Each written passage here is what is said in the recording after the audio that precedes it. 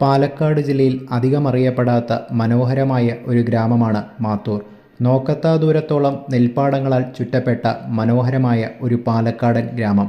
വളരെ ശാന്തമായ സമാധാനപരമായ ഒരന്തരീക്ഷം ഇഷ്ടപ്പെടുന്ന ഏതൊരാൾക്കും മാത്തൂർ ഒരു സ്വർഗം തന്നെയാണ്. വാക്കുകൾക്കും അപ്പുറത്താണ് ഈ നാടിൻ്റെ ഭംഗി. ആധുനിക ജീവിത രീതിയിൽ വന്ന മാറ്റങ്ങൾ അധികം എത്തിപ്പെടാത്ത ഒരു ഗ്രാമം. ഗ്രാമീണ ജീവിതത്തിൻ്റെ ആത്മാർത്ഥമായ നേർക്കാഴ്ച ഇവിടെ വന്നാൽ കാണാൻ കഴിയും.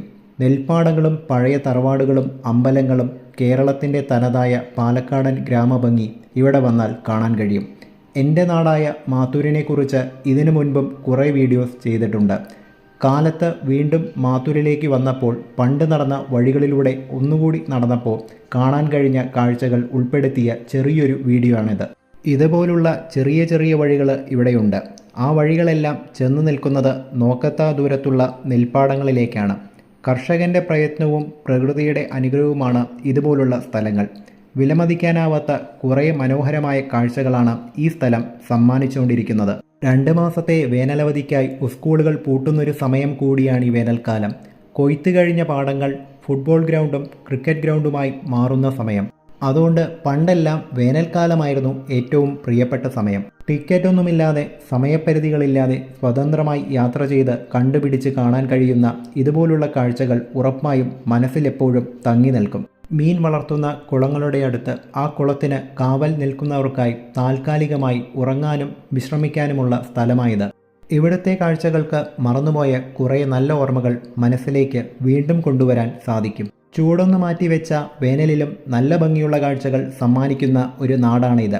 മഴയും വേനലുമൊന്നും കാര്യമാക്കാതെ പാലക്കാട്ടേക്കിപ്പോഴും ആളുകൾ വരുന്നുണ്ട്.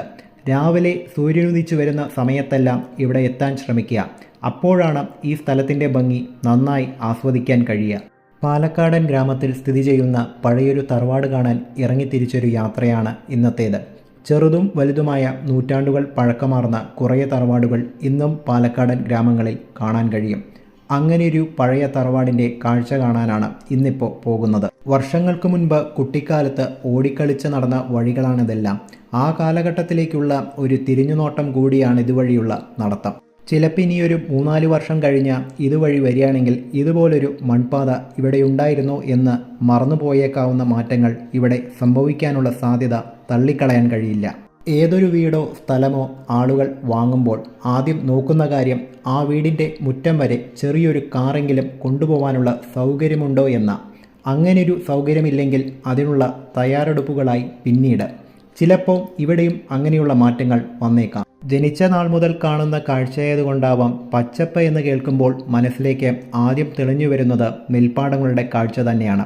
വൈകുന്നേരങ്ങളിൽ പാലക്കാട്ടെ കാറ്റും കൊണ്ട് ഈ നെൽപ്പാടങ്ങൾക്കിടയിലൂടെയുള്ള നടത്തം ഉറപ്പായും മനോഹരമായ ഓർമ്മകളായിരിക്കും സമ്മാനിക്കുക. ഇനി തിരിച്ച് ആ തറവാട്ടിനടുത്തേക്ക് പോവാം. മാത്തൂരിൻ്റെ ഈ ഭാഗത്തായി കുറേ പഴയ തറവാടുകളാണ് കാണാൻ കഴിയാം. ഇന്നൊന്നും ഇവിടുത്തെ പല വീടുകളിലും ആൾതാമസമില്ല.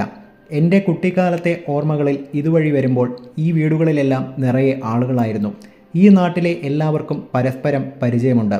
എല്ലാവരെയും അവരുടെ തറവാട്ടു പേരുകളിലായിരുന്നു അറിയപ്പെട്ടിരുന്നത്. എടുത്തു പറയത്തക്ക ഒരുപാട് മാറ്റങ്ങളൊന്നും ഇവിടെ സംഭവിച്ചിട്ടില്ല. പഴയ തറവാടുകളെല്ലാം പോയി പുതിയ വീടുകൾ വന്നു. എന്നാലും പാലക്കാടൻ തനിമയും ഗ്രാമഭംഗിയെല്ലാം ഇപ്പോഴും ഇവിടെ കാണാൻ കഴിയും.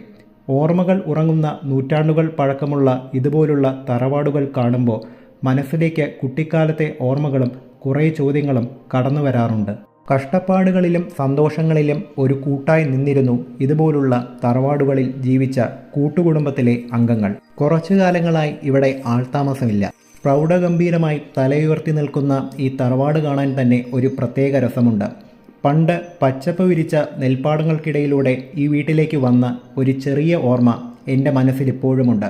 പണ്ടത്തെ തറവാടുകളിലേക്ക് കയറിപ്പോകുമ്പോൾ തന്നെ നമ്മുടെ മനസ്സിന് ഒരു സന്തോഷം കിട്ടാറുണ്ട്. പ്രകൃതിയായി ഇണങ്ങിച്ചേർന്ന് ജീവിക്കാൻ പറ്റുന്ന രീതിയിലാണ് പണ്ടത്തെ തറവാടുകൾ നിർമ്മിച്ചിരിക്കുന്നത്. വീടിന് തൊട്ടുപിറകിലായി പഴയൊരു പശുത്തൊഴുത്തുണ്ട്. കുറച്ചു കാലങ്ങൾക്ക് മുൻപ് വരെ ഇവിടെ പശു ഉണ്ടായിരുന്നു. ഇപ്പോൾ ഈ തൊഴുത്ത് നാളികേരവും വിറകുമെല്ലാം സൂക്ഷിക്കാൻ വേണ്ടിയാണ് ഉപയോഗിക്കുന്നത്. വീടിനോട് ചേർന്നൊരു വിറകുപുര കാണാൻ കഴിയും. വീടിന് പുറത്ത് സ്ഥിതി ചെയ്യുന്ന ഒരു സ്റ്റോർ റൂം എന്ന രീതിയിൽ ഈ വിറകുപുരയെ വിശേഷിപ്പിക്കാം.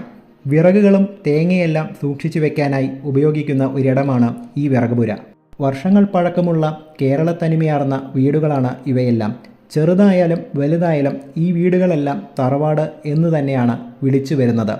ഇതിലെടുത്തു പറയേണ്ടത് പഴമ കൈവിടാതെ ഇതിപ്പോഴും നിലനിർത്തി പോരുന്നു എന്നതാണ്. നല്ല വെയിലുണ്ടെങ്കിലും തണലേകാനായി കുറേ മരങ്ങളും ചെടികളും ഈ വീടിന് ചുറ്റുമുണ്ട്. വൻ വൃക്ഷങ്ങൾക്കിടയിൽ സ്ഥിതി ചെയ്യുന്ന മനോഹരമായ ഒരു വീട്. ഇവിടെ ഒരു കിണറുണ്ട്. അതിനടുത്ത് പോയി നോക്കാം. കിണറുകൾ കണ്ടാൽ എന്നും ഒരു ആകാംക്ഷയാണ്. അതിനകത്ത് എത്ര വെള്ളമുണ്ട്, മീനുണ്ടോ, തവളയുണ്ടോ എന്ന് കുറേ ചോദ്യങ്ങൾ മനസ്സിലൂടെ പോയിക്കൊണ്ടിരിക്കും. ആ ചോദ്യങ്ങൾക്കുള്ള ഉത്തരം കിട്ടണമെങ്കിൽ കിണറിനകത്തേക്ക് നോക്കുക തന്നെ വേണം. കേരളത്തനിമയാർന്ന പ്രകൃതിയോടിണങ്ങി നിൽക്കുന്നൊരു വീട്. ഒരു കാലത്ത് ഒരുപാട് കുടുംബാംഗങ്ങൾ താമസിച്ചിരുന്ന വീടുകളായിരുന്നു ഇവയെല്ലാം. വർഷങ്ങൾ പഴക്കമുള്ള ഇതുപോലുള്ള തറവാടുകൾ നിലനിർത്തിക്കൊണ്ടുപോവാൻ ഒരുപാട് ചിലവുണ്ട് എന്നാ കേട്ടിരിക്കുന്നത്. 10-20 പേർ താമസിച്ചിരുന്ന ഇതുപോലുള്ള തറവാടുകളിൽ 2-3 പേരായി ചുരുങ്ങി എന്ന് വേണം പറയാൻ. കേരളത്തിൻ്റെ തനതായ കാഴ്ചകൾ കാണാൻ വരുന്ന ടൂറിസ്റ്റുകളും ഇതുപോലുള്ള തറവാടുകളിൽ താമസിച്ച് ഇവിടുത്തെ ജീവിത രീതികളും നേരിട്ട് കാണാൻ ആഗ്രഹിച്ച് വരുന്നവരാണ് കൂടുതലും.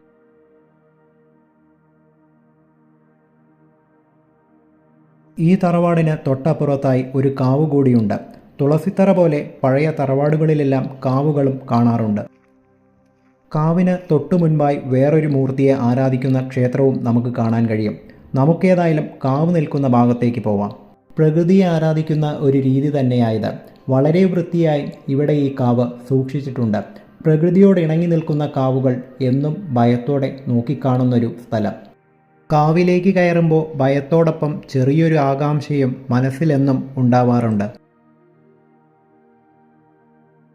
പണ്ട് നാട്ടിൻപുറങ്ങളിലെല്ലാം ഇതുപോലുള്ള വഴികൾ കുറേ കാണാൻ കഴിയുമായിരുന്നു. ഇന്ന് തേടിയിറങ്ങി കണ്ടുപിടിക്കണം. കുറച്ചുകാലം കഴിഞ്ഞാൽ ചിലപ്പോൾ ഇതുപോലുള്ള കാഴ്ചകൾ തേടിയിറങ്ങിയാലും കാണാൻ കഴിയാത്ത അവസ്ഥയാണ്.